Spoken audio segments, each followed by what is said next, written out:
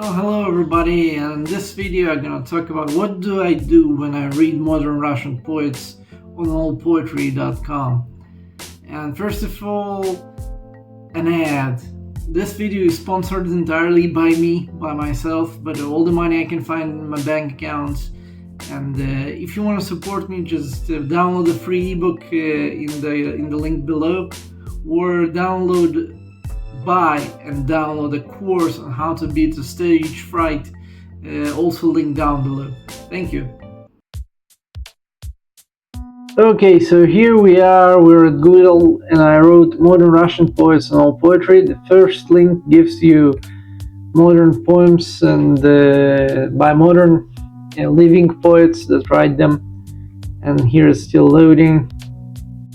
And just a second.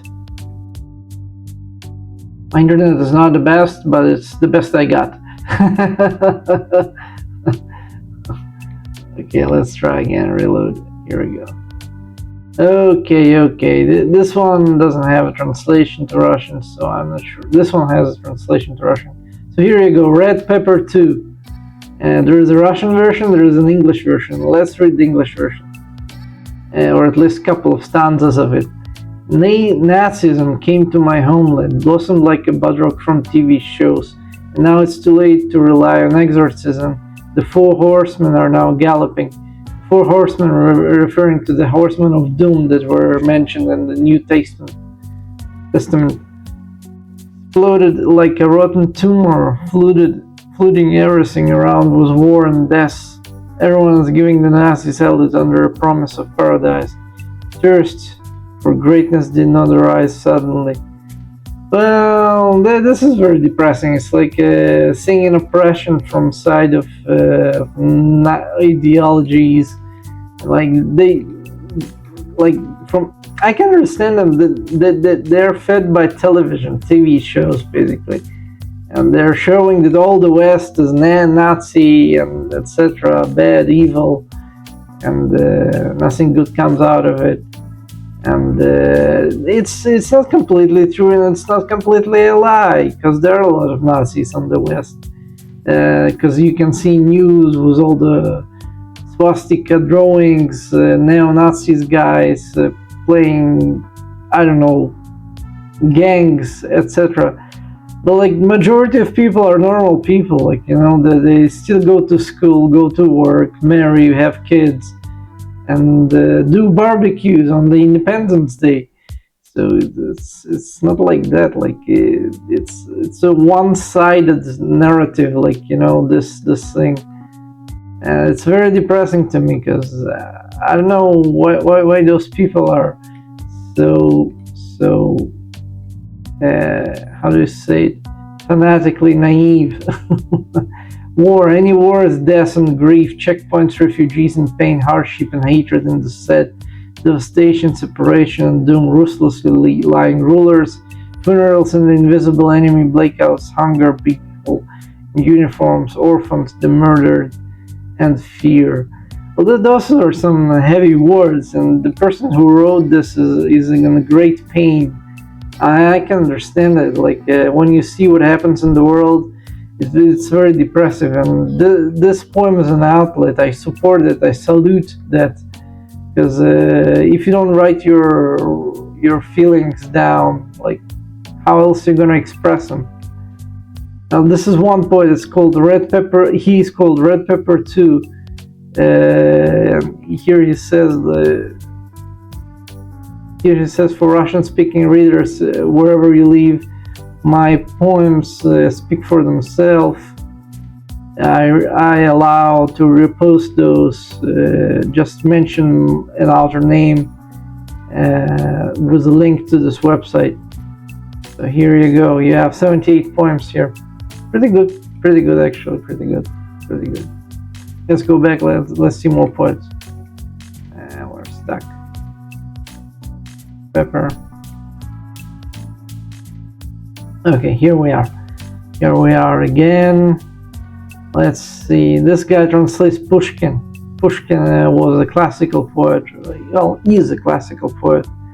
Was a very controversial story. Russian classical poet. I really liked Pushkin when I was a kid. He has kid stories. Adam Kasky. Let's see. No Russian here. I don't know what give us the Russian poet. Let's see something else. Find more Russian poets here. Like.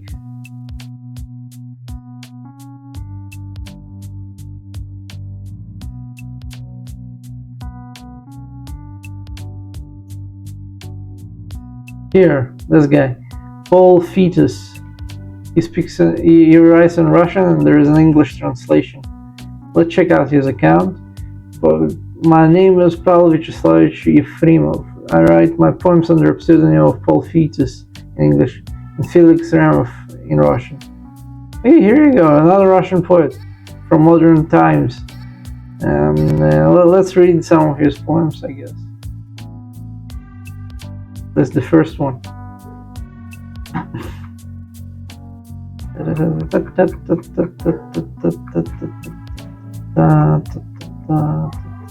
Okay. Ascent. My way to the top is still so long, but there is no way back. The eyes almost see nothing. What is ahead, heaven or hell?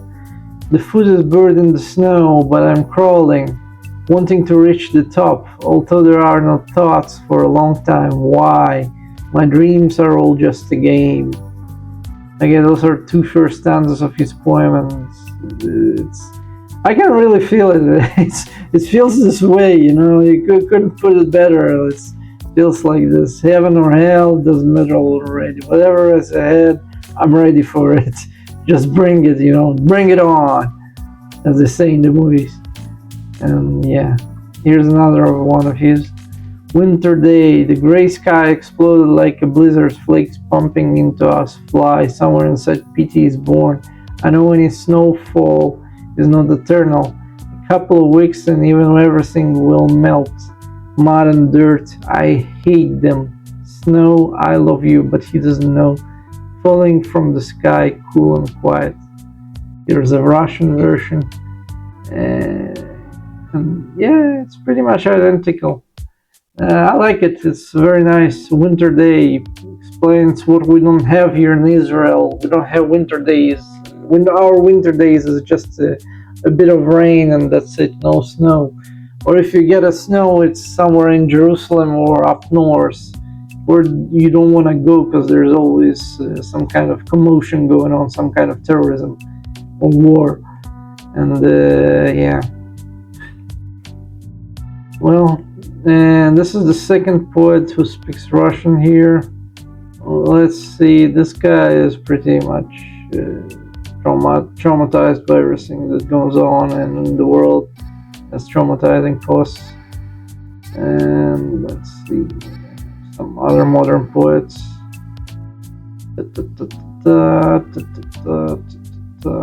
Yeah, this one, James York, speaks Russian. The dumb ones drive the clouds into the Martian forest. Dumb clouds drive the Martian forest, where Lancelot is in love. The snow is white, winter. The earth is blind, the wolf stalks hiding from heaven. Moon love is always looking for the eyes of those earthly beings. I do not need gold, empty souls. This is a collapse. I'll take a sip of holy water and doze off again.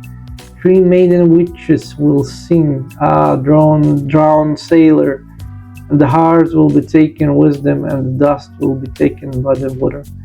As you can see, all those Norse living people, Russians and English people, they have all winter associated poems because winter is basically there.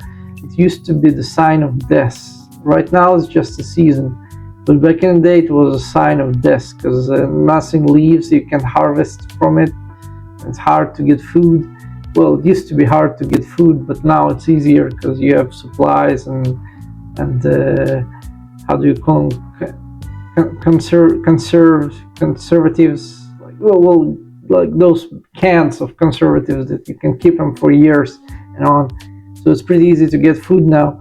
but it's in the DNA of the northern people. Like they're feeling the winter is like some kind of sign of death, sign of doom, and they describe it in their poems because this is how it felt back in the day. And this is it, I guess. Let's see more if we have more poems here. James York, Claude James York. Let's read another of his poems. They say flowers don't last. They say flowers don't last forever, but this sunset forever, you went to meet me once. It was like this, the wave blew out roof, and after Kavardak. Kavardak is basically a Russian word for mess. Like mess, not chaos, no order, mess. All meaning is broken. Leningrad happened. It wasn't Peter, and not even Moscow. The wind of breast floated. The dream carried us, and the stars aligned instantly. They say flowers don't last forever, but your dream is eternal. When it was published, June 22. I really like this poem. He has 26 poems in total. FL teacher, linguist, translator, founder of Cozy Languages, Cozy Science News. Not bad at all. Not bad at all.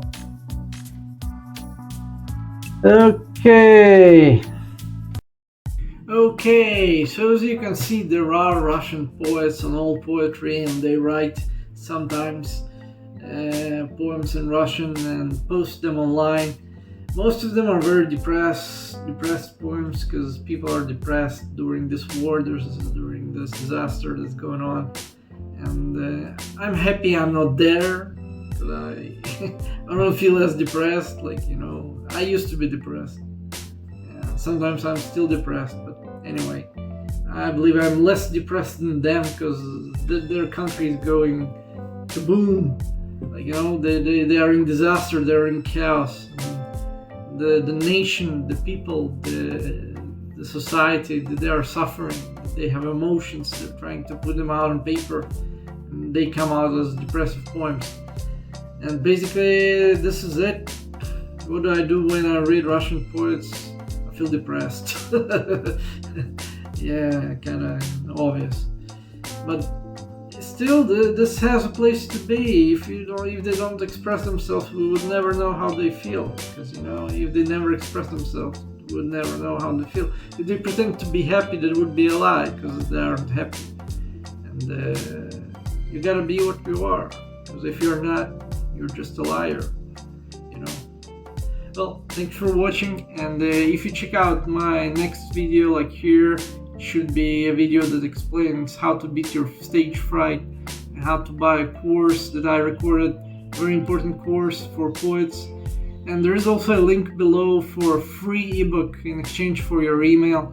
It teaches you how to write basic poetry, all you need to know about poetry and freestyle writing, and it's for free. Just check it out. Thank you for watching. Cheers.